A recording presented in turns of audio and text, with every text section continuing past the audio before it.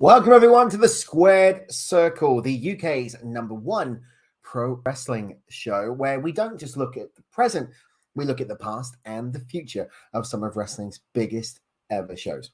My name's Andy Evans, coming to you from Retro Chat headquarters here in Weymouth. Welcome to the second Squared Circle, and this week, or tonight, what we're going to be doing is looking at the pay-per-view that went down last night, and that, of course, is AEW's Double or Nothing. You can still watch the replays on Fight or on pay-per-view if you're in the US. How is everybody? Hope you're all doing well.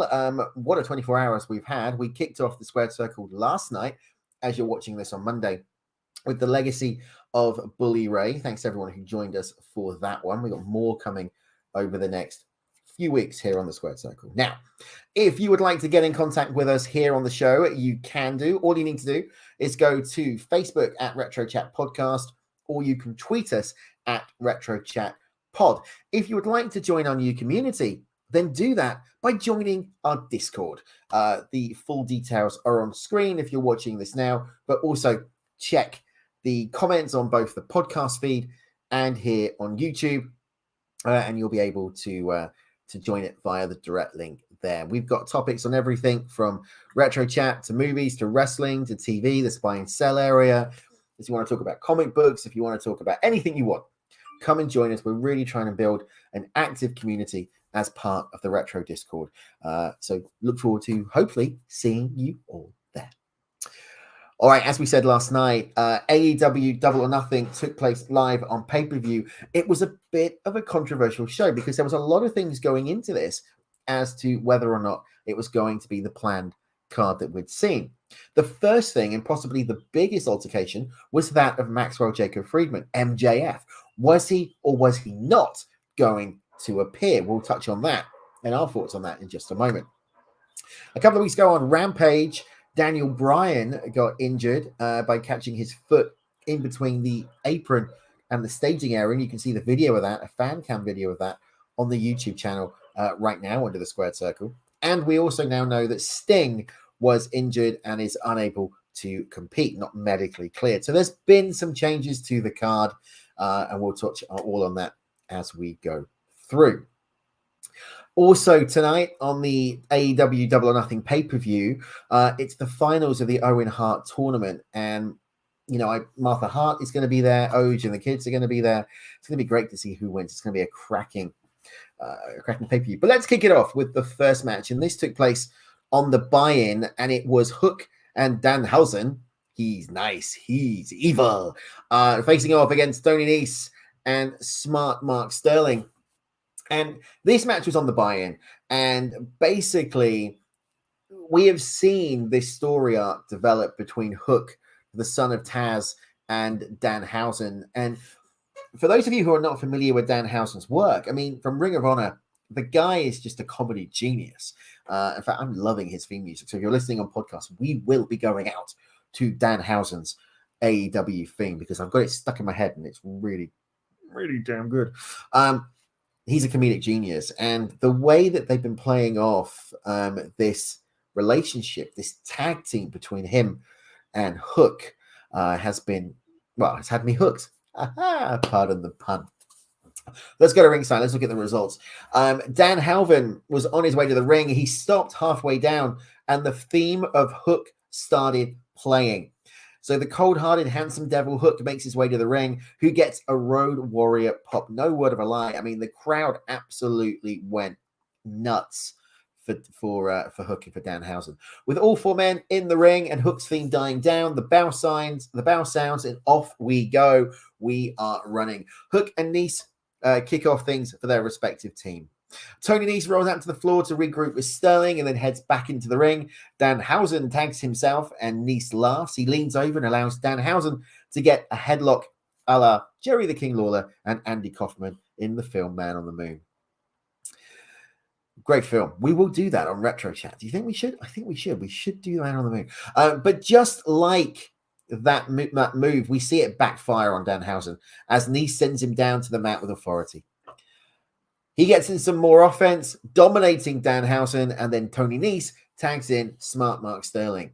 Mark enters the ring as Tony Schiavone informs the viewing audience at home that the Bleacher Report app is now airing Double or Nothing. And of course, that was a big thing. You can now watch it on the Bleacher Report in the US.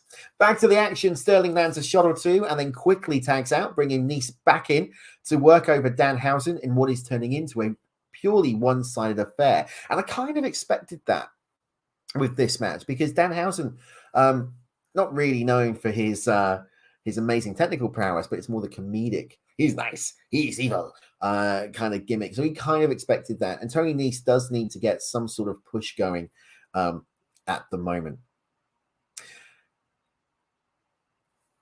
Sterling gets the tag back in. The Premier Athlete is now back in the ring. And Danhausen shows off some of the work he's been doing in the ring with Hook as of late.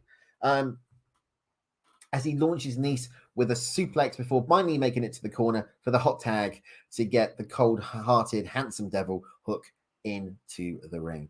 Hook comes in and starts dominating, sending bodies all over the place, showing off a similar skill set to that of his father, the human suplex machine, Taz, and he showed throughout the years, executing a wide variety of suplexes and various throws. Speaking of Taz, the human suplex machine predicted this one is nearly over, just as his son sends Sterling flying across the ring with a suplex following another tag. As Hook has got Sterling down for the count, we see Danhausen request the tag. Hook obliges, and Danhausen easily makes the cover for the 1, 2, 3 and picks up the pinfall victory for his team.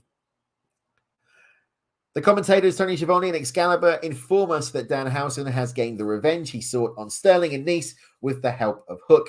It was a pretty good pre-show opening that the crowd thoroughly enjoyed. And that's the one thing that I love about the buy-in, because the buy-in really does get the crowd going. And it's a chance for some of these younger AEW athletes who maybe haven't had much of a storyline to get on the card.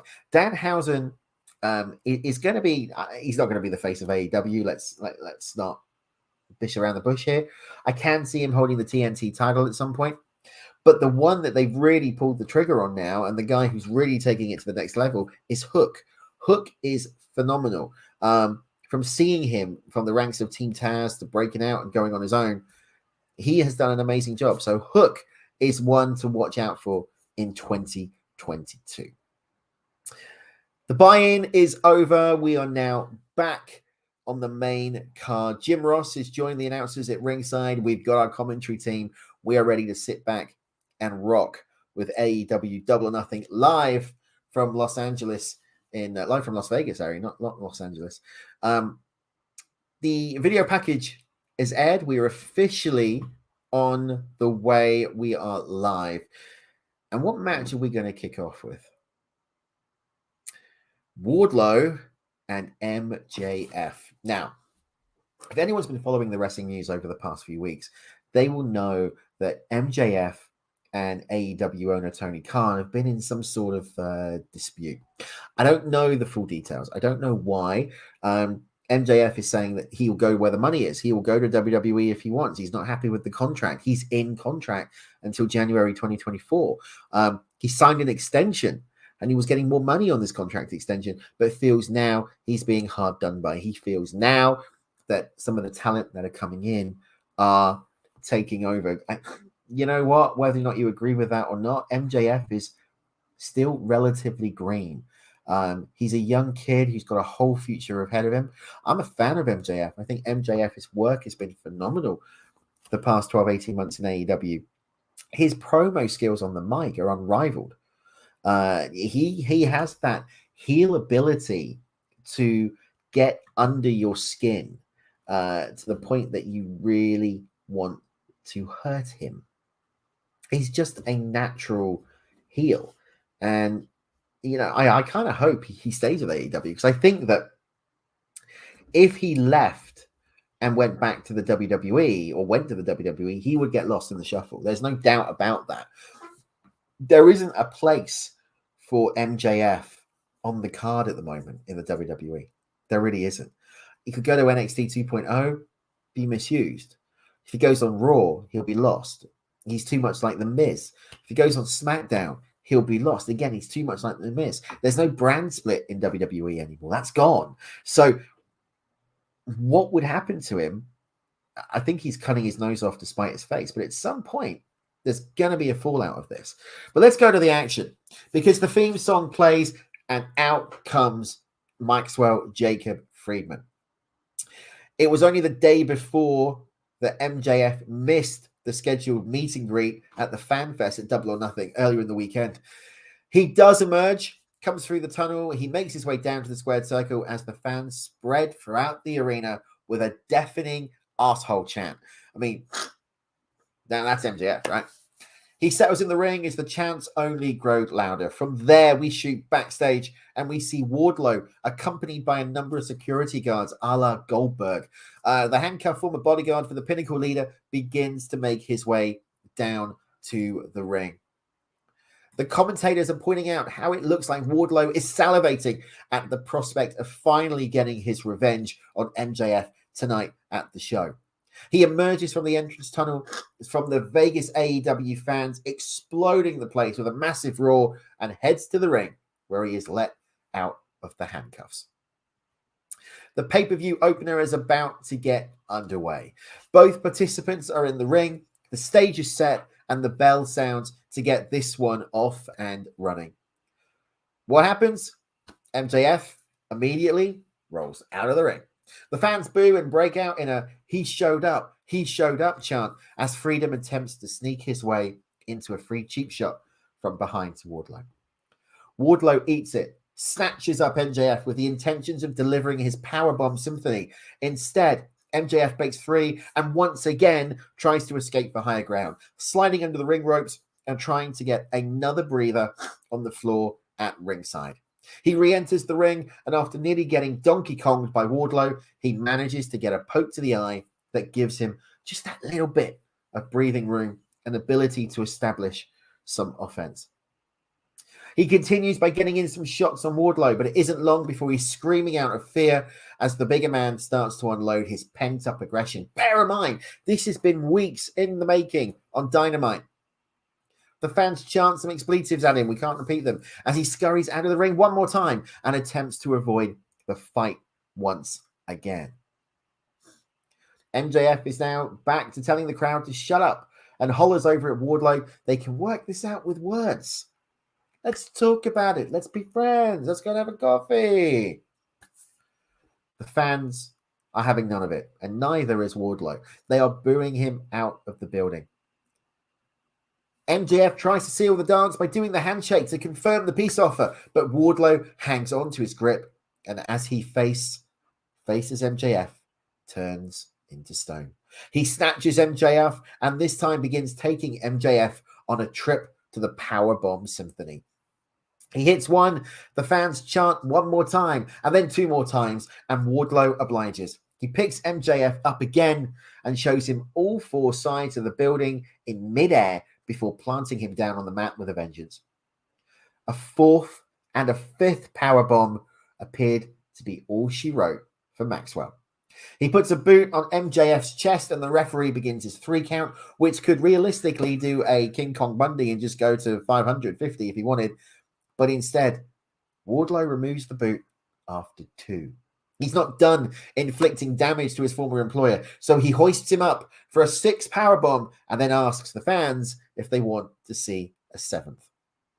Wardlow connects with 8 and with 9 powerbombs. He then pulls the straps down, says he's going for the finish, and he picks him up for the 10th and final powerbomb. 10 powerbombs on MJF. His symphony is complete. He makes the cover, easily scoring the 3 count, picking up the victory in what was essentially a one-sided squash match. Wardlow, because of the stipulation of the match, is now free from his contract with MJF and is officially able to sign with AEW. In fact, they confirmed that later in the night, that Wardlow is all elite. But it's what happened afterwards. So after rumors of speculation of MJF no showing, he did, in fact, as we've just said, appeared at last night's pay-per-view event.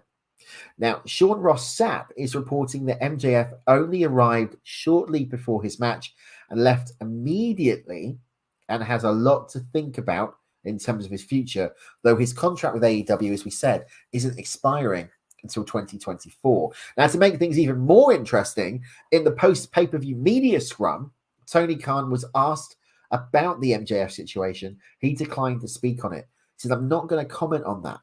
I've got a lot of stuff on the pay-per-view that I can comment on, but I'm not going to comment on that. So, is MJF done with AEW? Is he going to break contract? Is he going to do a Sasha Banks and Naomi? I really don't know. And as I said at the beginning of this bit, you know, MJF is a very talented young kid. He's got one of the biggest careers ahead of him that, you know, I've seen in a very long time. And I've been covering wrestling and being a part of wrestling radio and wrestling shows for nearly 20 years. Back when we did the original Squared Circle with Lee, you know, and I'm really shocked at the way MJF has portrayed himself, has basically just been an asshole. I'm really shocked because, you know, the kid has got a lot for him. There's no doubt about that. He really does have a lot going for him. But at the same point, he's also showing his immaturity and his inexperience. Is he doing a Naomi and Sasha Banks to try and get out of the contract? Quite possibly. Do I think Tony Khan will let him out of the contract? Now, that's a different kettle of fish. I don't. If anything, I think Tony Khan will just let him sit at home until 2024, which will do more harm than good for MJF because you will forget who he is. Appearing on the indie circuit won't give him as much exposure now as what he did before. So match one of the card is done. MJF and Wardlow have kicked us off completely in the thing. Now we are moving to the match of the ages. It's the dream match. It's the Young Bucks, Nick and Matt versus Nick and Matt Jackson versus Matt and Jeff Hardy. The Young Bucks versus the Hardy Boys. That's match number 2. Surprised they put this one on second, but, you know, they did. We have a video package that kind of kicks off Double or Nothing's dream match between the Hardys and the Young Bucks. And once that package is over, we return to the T-Mobile Arena, and the super hot Las Vegas crowd set the tone for this next pay-per-view match. The theme for the Young Bucks starts playing over the PA, and out comes Nick and Matt. They settle in the ring, and their music dies down. The theme, the iconic theme of the Hardys, rings through, and we see Matt and Jeff make their way down to the ring. Caprice Coleman has joined Excalibur, Tony Schiavone, and good old JR Jim Ross as a guest commentator for this big showdown. He takes his place. We're ready to rock and roll. Because the music has gone, the crowd has rung, the bell has gone, the crowd is rocking and rolling. This is Double or Nothing, and this is one of the big matches. We see the Hardys faring pretty well coming out of the gate in this one. After a tag, Jeff ends up laid out on the mat as Matt Jackson looks for a follow-up spot. He pops back up and sends him out to the floor. Matt hits the ring and sends the other Young Bucks member out as well. The fans erupt in a very random Brandon Cutler chant, which for some reason really does get on the nerves of the Young Bucks. They head out the ring. They scold Cutler for getting a pop from the fans in Las Vegas. Back in the ring, Matt Hardy continues to dominate the action for the first half of the match, with the Hardys taking it to Nick Jackson with ease before eventually tagging Jeff back into the ring. There's some double team action from the Young Bucks, lead to the first offensive control for the team since the opening of the match. The two knock the Hardys out to the floor at ringside and follow up with a high spot that pops the already red hot crowd. Back in the ring, Jackson works over Jeff Hardy as the Young Bucks widen the gap as they settle into a comfortable spot in the defensive driver's seat in this tag team encounter. A big spot off the top corner from one of the Jacksons backfires as Hardy moves in and he crashes and burns on the mat. This leads to Matt tagging in. After getting the hot tag, Matt hits and takes out anything and everything that moves before leading the crowd in a delete chant. He hits the side effect near finisher for a close pinfall. We see a twist of fate from Matt not go the way he intentionally planned. This leads to another offensive shift in momentum as the Young Bucks once again take control of the action. From there, we see both sides see offensive runs going their way, nearly finishing the opposing team, and eventually we work our way to the finish, which sees two twist of fates from Matt Hardy connect before Jeff Hardy heads to the top rope, where he connects with a match-ending Swanton Bomb for the pinfall. The winners of the match, the Hardys. Championship action now on the line as the TBS champion Jade Cargil faces off against Anna Jay. This is women's action. I've been really impressed with Jade Cargil over the past few months. She is on fire. She's really doing it. If we join the action now, smart Mark Sterling emerges from the back as the fans boo. Of course, that is Jade Cargil's manager.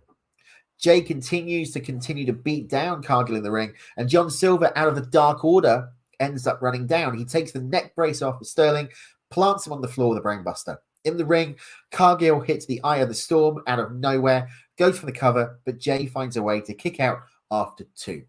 Cargil looks to follow up on the momentum, shifting back into her favor. However, Jay counters and locks her in a Queen Slayer. Cargil ends up ramming Jay into the turnbuckle after lunging towards the back into the corner of the ring. Cargil ends up connecting with a finisher out of the corner to score her pinfall. With the win, Jade Cargil retains her AEW TBS Women's Championship. But all was not as it seemed, because the baddies join Jade Cargil in the ring for a post-match attack. Chris Statlander ends up running down to make the save. As Statlander stares down Cargil and the baddies, we hear some music playing. The camera pans over to the entrance arena to capture the entrance of the debuting Athena. Now, the former WWE superstar known as Ember Moon makes her way down to the ring from a massive pop from the fans in Vegas. She enters the ring, and Cargil and co. exit. They head back to the arena as Athena and Chris Statlander hold things down in the ring as Anna Jay gets back to her feet. So now All Elite is the fallen goddess Athena. Next up in action, it's Trios tag team match as the House of Black face off against the Death Triangle. Once the entrances are done, the bell sounds and we're off and running with this 6-man trios contest. Phoenix and Black start things off for their respective teams. After some early fast-paced back-and-forth action, we see Phoenix whipped through the ropes in 619, where he swings back through and goes for a roundhouse kick. It seems that his momentum takes him all the way down to his butt. Malachi Black takes a step forward and stares down at him before doing his trademark cross-legged seated pose right in front of him while he is still in a seated position. We see some tags build and go. The crowd are eating this one up with a spoon, much like everything else this evening. It is a really hot, great crowd from Las Vegas. Shifting forward into the ring, we see the Death Triangle's way. They are looking to finish this one. Phoenix heads to the top rope while Malachi wipes out Penta with a big back heel kick, and Pac takes out Malachi moments later and heads to the top rope. He looks for his Black Arrow finisher, only for Brody King to break it up. Pac takes him out and connects with a slingshot 450 splash. He clears the ring, takes out Malachi with a back suplex, calling for the Black Arrow again. As Alex Abrahantes tries to interfere and provide a distraction, we see Pac land a blatant low blow on Malachi before heading to the top to once again look for his Black Arrow finisher. This time, the lights go out. When they come on, Julia Hart is in the ring. She sprays black mist into Pac's eyes, leading to Malachi connecting with the roundhouse kick for the pinfall victory. So the winners of the match, the House of Black, and the newest member, by the look of it, Julia Hart. The Owen Hart tournament has been rolling for a couple of weeks now on AEW, both on Dynamite and Rampage. And tonight is the finals of the men's tournament and the women's tournament. And we're going to kick it off with men's action as Adam Cole faced off against Samoa Joe, the submission machine. Now, Adam Cole has had quite a tournament. He's had some great first-round matches. He had some great semi-final matches. And this was a match we were all salivating for. Adam Cole, Samoa Joe. And it didn't disappoint. We're not going to go into detail on these two matches because these are ones you need to see, right? But all to say is that Adam Cole, baby, and Samoa Joe tore it down. This is one of my favorite matches on the card so far. It had everything. Joe is revitalized since joining AEW / Ring of Honor. So the winner of the match and the winner of the Owen Hart Foundation men's tournament is Adam Cole. The next up was the women's Owen Hart tournament, and it was Britt Baker versus Ruby Soho. Britt Baker, DMD, has had quite a run in AEW being the women's champion. And some people thought that once she dropped the women's championship to Thunder Rosa, that not being in the title picture was actually going to hurt her. I disagree with that. I think Britt has had a solid run, both as women's champion and as the non-women's champion. And she doesn't need the title to continue to be the figurehead of the women's division. And this proves it. Ruby Soho, since coming to AEW, hasn't had all of that much success. Was she better utilized in WWE? I don't know. I don't know if you can say that. But I think her time is coming. But the winner of the women's Owen Hart tournament was Britt Baker, DMD.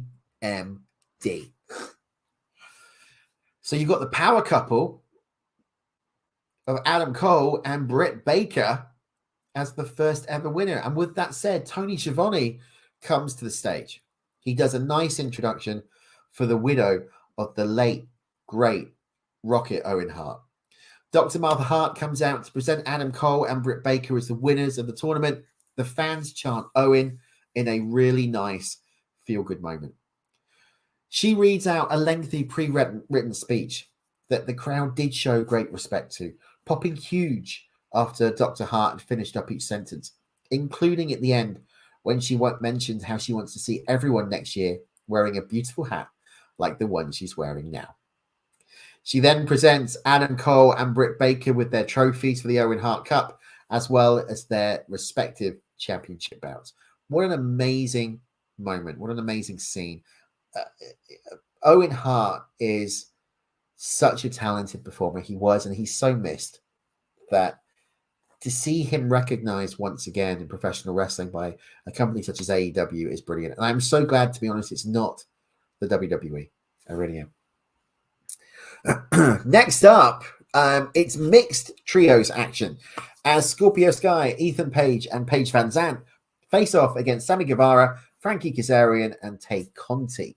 Bit of a different match to what we originally expected, but one nonetheless that is there. Sammy Guevara and the TNT champion Scorpio Sky have had quite a feud over the past few weeks, and it continues now because, you know, Tay Conti and Sammy Guevara now are two of the most hated people in AEW. Once Kaz has made his way out, he's joined by his two partners as Sammy Guevara and Tay Conti emerge and elicit really loud boos and negative chants from the crowd after obnoxiously French kissing each other like their airplane was about to go down. They finish up the ring walks with the other half of the equation in this one now settled in the ring. The music begins to fade down and we get going. After some initial back and forth action, we see the trio of Guevara, Kazarian, and Conti settle into the offensive lead in the early goings. A routine is being established where every time Guevara, Kaz, or Conti get a member of the opposing team in a compromising position, we hear Lambert at ringside loudly making some kind of remark to try and get some heat from the fans. Equally as often is a heel get attempt from the other side of the ring as Guevara and Conti keep making comments about how great the other is and continue their voyeurism with deep kissing in front of the sold-out T-Mobile Arena. Paige Van Zant takes it to Tay Conti earlier on, showing off the pro wrestling skills she's achieved after a short time working out in the squared circle for her in-ring debut. The women's MMA star continues to dominate things as 12 Gorge Page beats down Conti and even makes time to take out Sammy Guevara with a big DDT after he tries to interfere. Zant looks to finish this one off, connecting with a big Michinoku driver for a close near fall. Just as the commentators sing her praises for her in-ring abilities, we see her on the defensive as Conti hits a big judo throw that launches the former UFC contender halfway across the ring. As Conti continues to display dominating offensive control, the Spanish God joins her in the ring for a blatant and obnoxious makeout session. This time, even Kazarian has had enough and decides to walk out on the duo as if they were WWE and he was doing a Sasha and Naomi impression. Kaz ends up re-entering the scene, deciding not to walk out like the Boss and Globe connection. It's a good thing for his team as he immediately plays a factor in their favor, catching Sky off a spring forward off the top for a near match ending high spot. Moments later, we see Guevara look to provide assistance to Kaz, but instead blasts him with a huge kick that lays him out. Accidentally, I might add. Soon after this, Sky and Page end up finishing this one off. The Men of the Year and Page Van Zandt end up pulling off the pinfall victory. Fellow MMA star Austin Vanderford ends up joining Page in the ring for a post-match celebration, which includes Dan Lambert taking back the belts that were stolen from his ATT gym by Guevara and Conti. With the loss per the pre-match stipulation, both Guevara and Kaz can no longer challenge for the TNT Championship. Darby Allin is in action next as we faces off against a member of the Undisputed Elite in Kyle O'Reilly, one half of Red Dragon. It's a back and forth match, which Allin surprisingly is getting the better of. 2 times we see O'Reilly using the unbreakable chain to try and finish Darby off, but Allin fades but hangs in there. O'Reilly hits back with penalty kicks and then a diving knee drop off the ropes for the pinfall. Your winner was Kyle O'Reilly. Now, bear in mind, this was meant to have been tag team action. Sting, injured, unable to compete, went to a singles one-on-one match. It's women's title match action up next as the Professor Serena Deeb challenges the new AEW Women's Champion Thunder Rosa. This is going to be a good one because, you know, Thunder Rosa and Serena Deeb have been 2 of the perennial women's contenders all over the world. Rosa kicks off pretty well out of the gate, but it isn't long before Deeb is manhandling the AEW Women's Champion. The fans are loud and proud, despite yelling as loud as their lungs will let them from the beginning of the evening right the way up until now. Deeb continues to show her veteran savvy, controlling and dominating the action in and out of the ring, as Rosa barely hangs on at this point in the contest. Deeb ends up slowing down an offensive comeback attempt by Rosa by locking her in a flying octopus hold. Rosa ends up escaping, however, and keeping her championship reign alive as the match continues. Rosa ends up surviving and taking over once more. She hits a big spot that has won her some big matches in the past, as the commentators point out. However, Deeb cuts her off and both end up laid out as Aubrey Edwards, the AEW referee, begins counting both ladies out.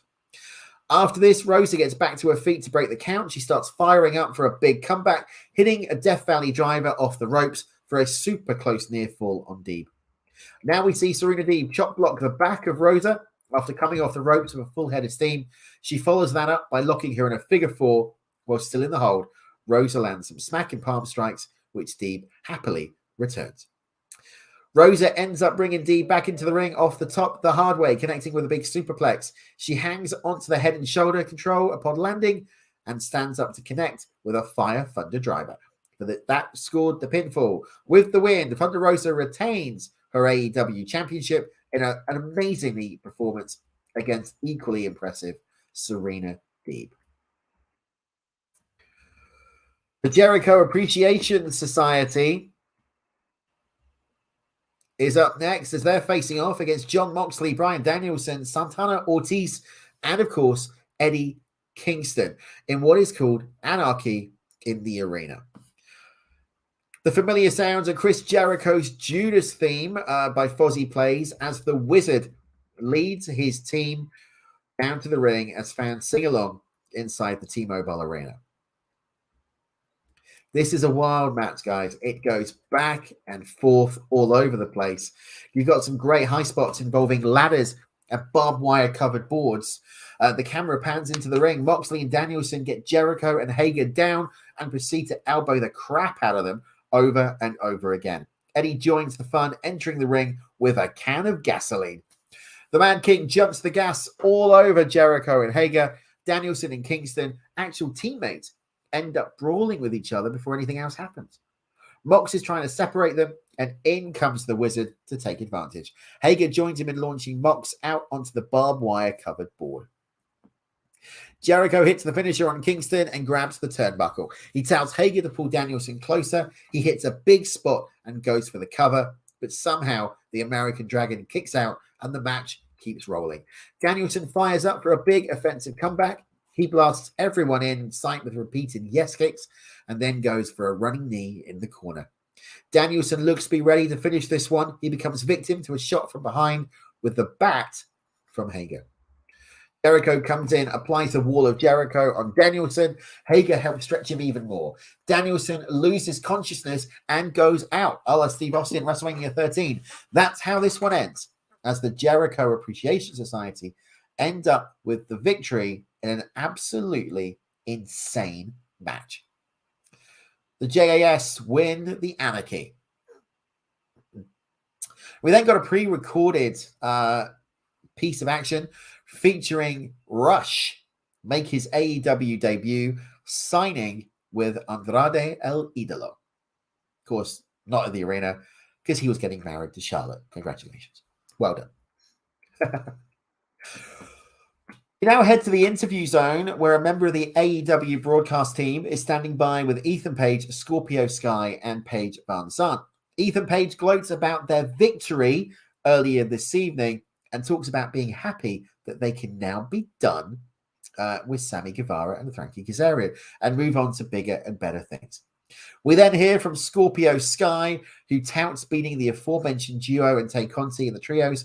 He then questions, who is next to challenge for my TNT title? Up walks Dante Martin, who says they may never have to worry about Sammy or Frankie, but he is still eligible. Sky gets in Martin's face and says he's been impressed with his work as of late. He says he's going to give him what he wants, making a TNT title showdown official between the two for SoCal. He tells him that when he's lying on his back in SoCal and looking up at the Hollywood sign, wondering what happened, to remember that he asked for this, he snapped his fingers to end the segment. The action keeps rolling here at AEW. 2 matches left, and this one is for the AEW Tag Team Championships. It's the team of Team Taz, Ricky Starks and Powerhouse Hobbs, facing off against the Swerve, Shane Strickland, and Powerhouse Keith Lee versus Jungle Boy and Luchasaurus, the AEW World Tag Team Champions. It's a match that we have been waiting for a long time. These combinations of teams have had some great individual tag matches, and now they bring it to the big pay-per-view stage. After some back and forth action that included a number of additional and impressive high spots, we work our way now to the end of the contest. The finish in this one sees Stark attempt to use a title belt to steal the victory, when the Jurassic Express ally and mentor Christian Cage arrives on the scene to pull him out of the ring from the floor. Soon after, we see Luchasaurus and Jungle Boy, not Lucha Boy, hit a crazy double team spot out of the corner on Swerve Strickland for the 1-2-3. With the pinfall victory, Jurassic Express retain their AEW World Tag Team titles. This is it, ladies and gentlemen. It is the big one. It's the main event for the AEW World Heavyweight Championship. Hangman, Adam Page, CM Punk. This is it. Will CM Punk complete the journey since the return and become the AEW World Champion? Will Adam Hangman Page complete a destiny and retain the belt? Let's be frank, Page hasn't had the best run as AEW World Champion. I think that is fair to say. Let's take it to the ring. So we kick off with a video package for the main event, which tells the story leading up to tonight's headline bout with Page defending against Punk. The package wraps up and Cult of Personality by Living Color plays as Punk emerges through the tunnel. The best in the world makes his way down to the ring to a great pop from the live crowd. Punk settles into the squared circle as his theme plays and the music of Hangman hits out and the AEW champion makes his way to the squared circle. With both guys in the ring and Hangman's music cutting off, Justin Roberts handles the final formal pre-match ring introductions for the challenger and the champion. The bell sounds and we are off and running with this one. The fans immediately break out in CM Punk chants, which spread throughout the T-Mobile arena. Punk and Page move in on each other, going nose to nose in the middle of the ring in intense fashion. We see the two trade quick shots and then back off. The crowd breaks out into a loud CM Punk chant once again, which eventually transitions to a split crowd with a good percentage chanting for some cowboy shit from the title holder. The commentators point out how you can tell the way these two are locking up that they have strong feelings about beating down and defeating the other. They show this again with an intense lockup as JR soon makes the remark. We see Page drill Punk with a big shot and then slap on a side headlock. Punk shucks off and sends him into the ropes. The two proceed to trade back and forth shots in vicious fashion. A Let's Go Hangman and CM Punk dueling chant from the fans in the T-Mobile arena spreads and catches fire as we watch Punk work over Page on the mat, looking to secure an arm submission. Page ends up escaping and freeing himself. He returns to his feet where he and Punk begun duking it out once again. Yet again, it is the best in the world who gets better of the exchange. He follows it with some punishing offense, beating on Hangman before once again showing superior groundwork. The crowd ends up booing Punk and begins clearly chanting for Hangman as the action continues. Punk heads to the top rope, leaps off to be caught by Page, who struggles not to drop Punk after catching him, but does manage to keep hold of him. He connects with a fallaway slam, follows that up with some additional offensive, including a leaping lariat after a springboard off the ring ropes. This sends Punk out to the floor, where Page follows out after him to continue to build on this offensive momentum. Page delivers more shots on Punk, sends him back into the ring. He follows in, stopping briefly to pose and soak in the adoration from the Las Vegas crowd. After some more offensive from Page in the ring, we see Page and Punk end up on the floor at ringside once again. Page lands the big lariat and another big shot on the floor before bringing the action back. Page sends Punk flying out to the floor for a second time that angers referee Paul Turner, but the match continues regardless. The commentators talk on the broadcast about the disdain that Page is showing for the best in the world as these two continue to battle it out for the main event. Page and Punk fight their way over to the corner of the ring where Punk looks to put Page onto the top rope. He does and climbs up after him. Punk tries for a superplex and the two go sailing down to the mat, landing with authority. Soon after this, Punk lands some shots on Page and then snatches him up for a big bulldog. He connects that and hits another big spot afterwards. Punk plays to the crowd. Hangman looks to secure a sharpshooter. Punk connects with a neck breaker instead as Page avoided the submission and then goes for a pinfall. Page kicks out at 2. The match continues.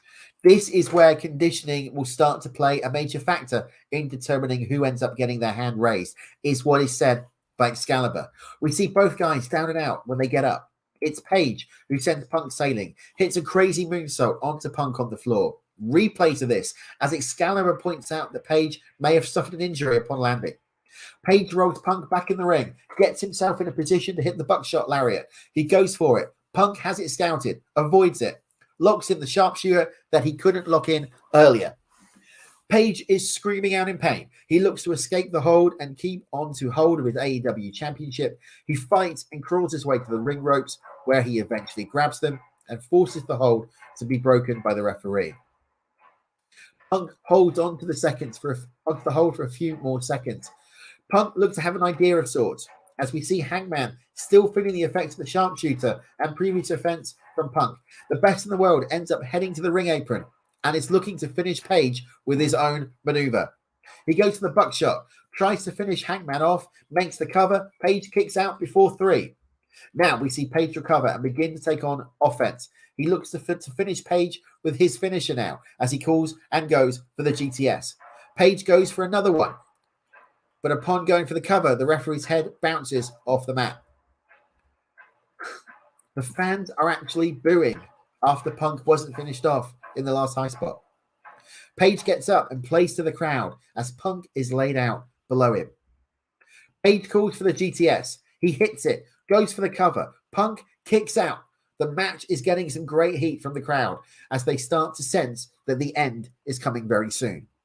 A loud cowboy shit chant breaks out as the commentators point out Punk clutching his draw after taking his own GTS. The two are both on their knees. They're looking to get back to a vertical base. They end up duking it out from that position, with each drilling big shots while working their way back to their feet. We see the action go back to the floor. Page is in control. Punk laid out by the champion, who then takes his title and raises it proudly over the fallen legend, gloating it's still his. He brings Punk back into the ring and gets himself set up for the buckshot. He leads the crowd in cheering him on and goes for the finisher. Punk ends up countering just in time, hoisting Page up for the GTS, but the referee in the process got bumped and loses it. Page connects with the buckshot lariat, lays Punk out. He can't go for the cover. Tall Turner is still unconscious. Page looks around, spots his AEW title belt. The commentators sell the fact that hot-headed Page is doing some quick on-the-spot math. He sees the referees down. He realizes the ability to use the title to his advantage via a cheap shot. He gets fired up. He waits for Punk to get up, but eventually drops the belt.